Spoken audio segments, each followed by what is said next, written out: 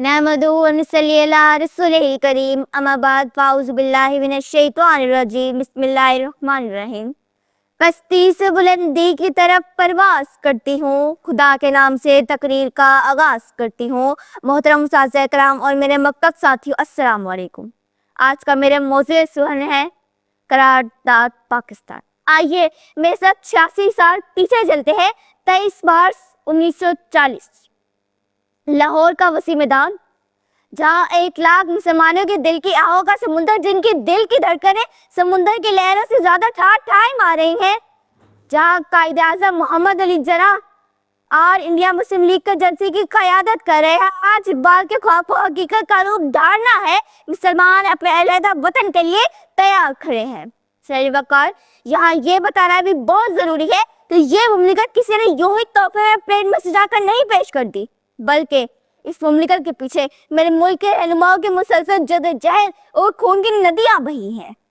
खून के कतरे गिरे जब ये बहार महकी, खून के कतरे गिरे जब ये बहार महकी, जामे शिफा पिया जब ये फिजा बहकी।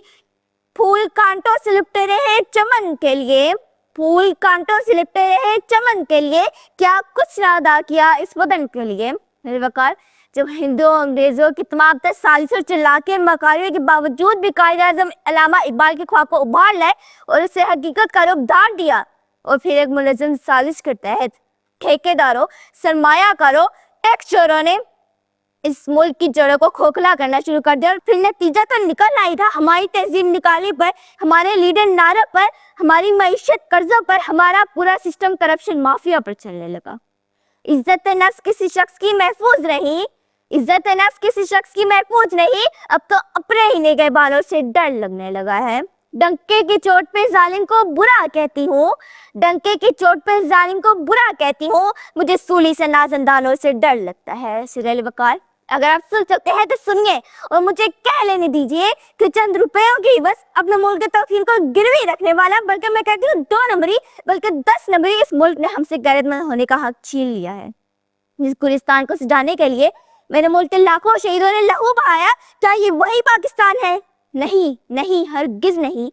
गहरे टुकड़ों पर पलने वाला ये इकबाल का पाकिस्तान नहीं हो सकता। अफसोस, सद अफसोस, तारीख बता चुकी है कि जो कौमें अपना माजी भुला देती हैं तो तारीफ उनको भी भुला देती हैं। याद रखना, मेरे ज़ात के दामन में जो उजाला है वो सब इसी हलाली पर चमका हवाला है। तेरा वजूद ही मेरा वजूद है, तेरा कयाम ही मेरा कयाम है। तुम मेरा पाकिस्तान है, तुम मेरा पाकिस्तान है। पाकिस्तान जिंदाबाद।